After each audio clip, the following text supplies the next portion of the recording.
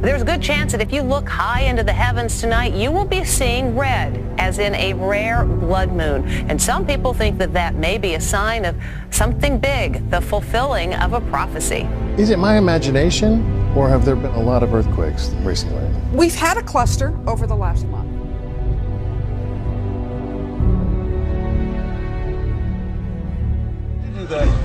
Whoa! Whoa! Okay.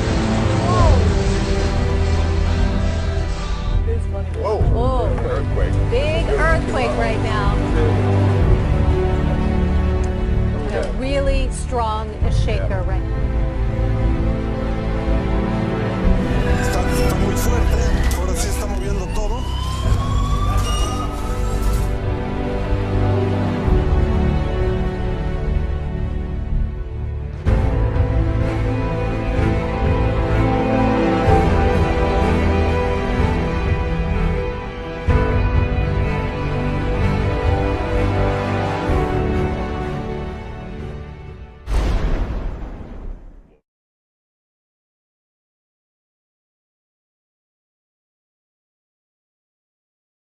The person behind a proposed satanic monument at the state capitol claims his plan is gaining support.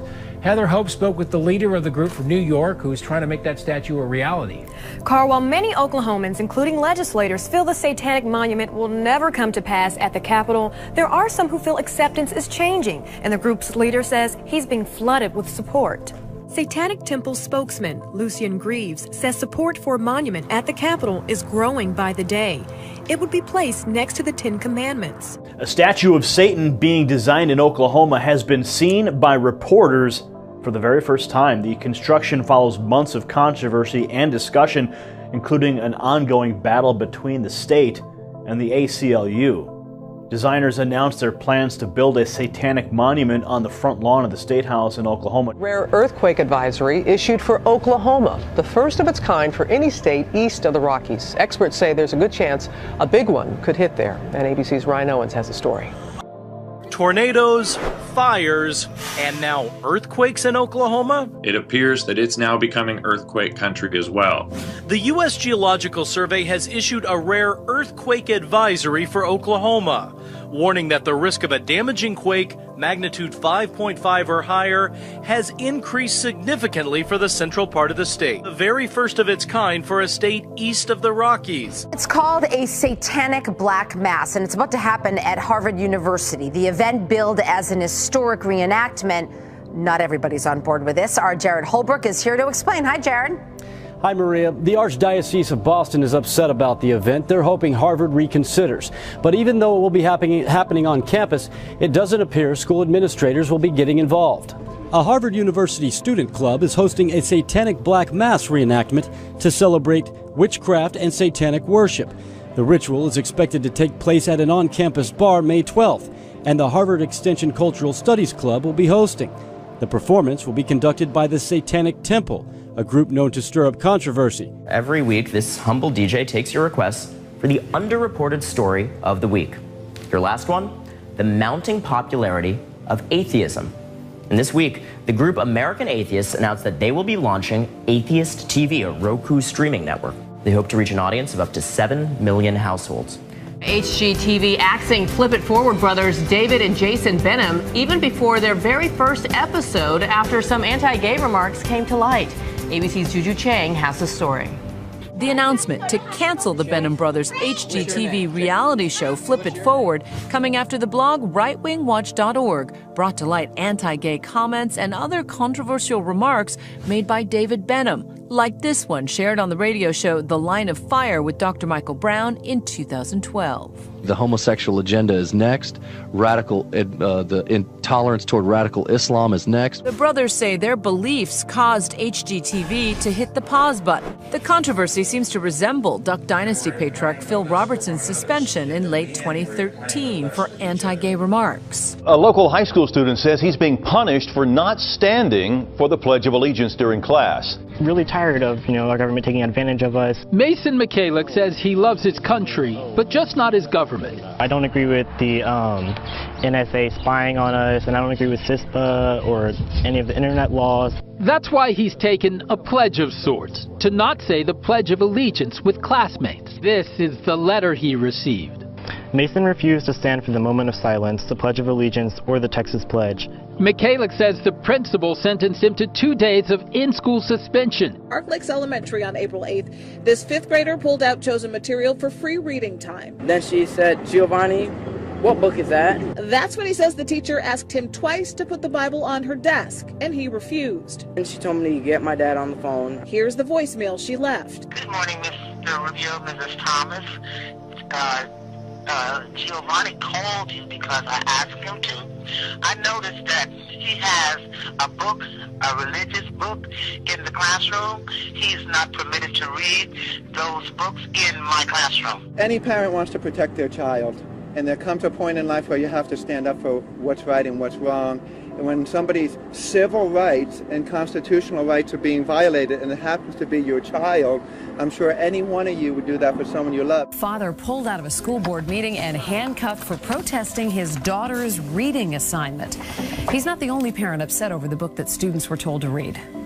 Yeah, it's a novel, 19 Minutes, which tells the story of a school shooting and its aftermath. And as Christina Hager shows us, the book also includes a sex scene, which parents feel their kids should not be reading. What are you charging me with? Handcuffed and arrested, all over a novel William Bear's 9th grade daughter was assigned to read in school. I'm shocked. I mean, I've never been arrested. He brought his concerns to Monday's school board meeting, but when he went over the 2 minutes allowed for public comment, it's absurd, but everybody's playing around about what the content of this is. It got heated. You didn't arrest me.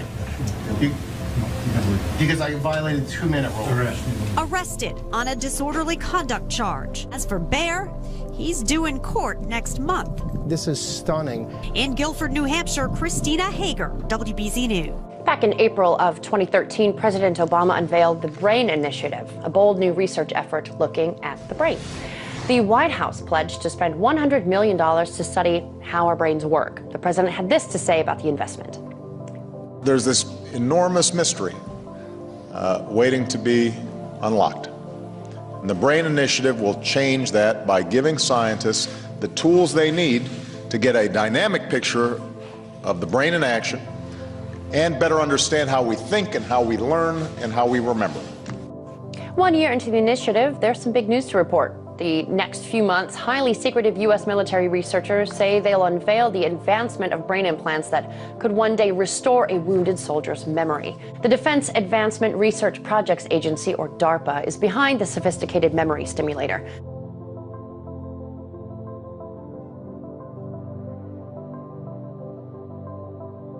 Well, a researcher at the University of Illinois, his name is Dr. Rogers, he founded a company and they started making electronic tattoos. So I'm wearing one here on my arm. Do we have a camera to get a... This is a developmental system made by MC10, and it has an antenna and some sensors embedded in it. And what we plan to do is work with them to advance a tattoo that could be used for authentication. This is FDA cleared? So here's the thing. This is not science fiction. This pill is actually made by a company called Proteus, and they've developed it for medical applications. That pill has been CE stamped and cleared by the FDA. While this is great news for those who have suffered brain injuries, some people see it in a different light. Manipulating memories in people could open up an ethical minefield. It should also be noted that researchers have come a long way in understanding and manipulating the brain. A new piece of technology will help keep criminals' hands off your medical records. Patient Secure scans your palm to create a unique identification code linked to your medical records. This sounds like something out of a futuristic movie. It does, Tammy, and it kind of looks like it too, but officials with Bon Secours St. Francis Health say the future is now. A faster, more convenient, and safer way to protect your medical records.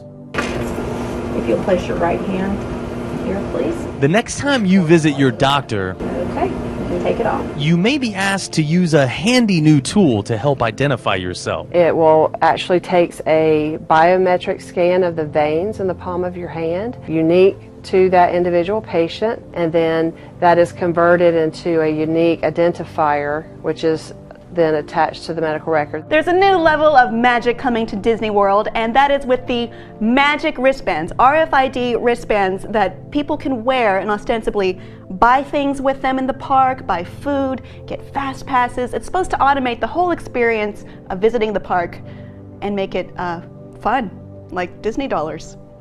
Except for the fact that they can track you throughout the entire park, and they can track all your movement, and like you said, your purchasing habits, and like I can see where there are positive aspects to it for someone who wants an immersive experience, like having certain, members of the cast knowing a child's name when they approach. Like that's cool for the magical experience. But at what point is it just going to be like a chip they implant to you when you walk in? Like, I don't know. With the whole NSA stuff going on now and the lack of privacy, to me, and I know it's optional now, but how long will it be optional? Now listen, I was able to see that television sets were actually watching people in their homes, monitoring their movements, monitoring their conversations. They showed me in the dream, or I was shown in the dream, that the television didn't even have to be on, it just needed to be plugged in. They now had the capacity to actually send signals about you in your living room. TVs that spy on you? Douglas Kennedy is live in our New York newsroom with more. I can see you, Douglas. Totally outrageous, Allison. Your living room was supposed to be the last bastion of privacy in the United States. But unfortunately, as Fox News learned this week, it is no longer.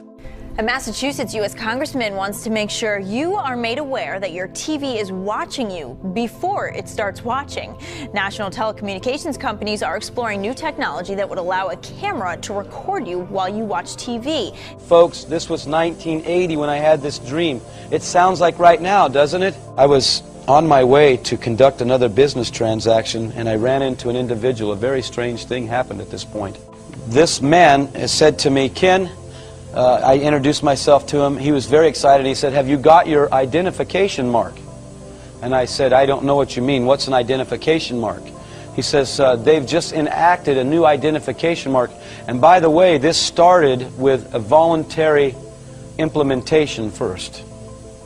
You did it voluntarily first. This man told me you ought to get yours done real soon to avoid the hassle, because soon everyone, they say, will have to have this to conduct business." To let customers pay without using debit cards, credit cards, or even cash. Customers will soon be able to register their checking and credit card account information by computer. Then you provide 2 fingerprints, so later, with a quick scan, the system can recognize you. It's called biometrics, an automated way to recognize you based on your unique biological characteristics. Each person's fingerprint is a unique identifier, not biologically duplicated anywhere else in the world. Do not be sold on this because of a convenience. Do not give something away. Do not give yourself away, something extremely personal. Today it's a fingerprint, tomorrow a microchip. Maybe that ushers in the mark of the beast. Donnie Attaway quit his management job at Quick Trip when the convenience store chain told him he had to swipe his finger to clock in and clock out. And although it may be optional today, who knows about tomorrow.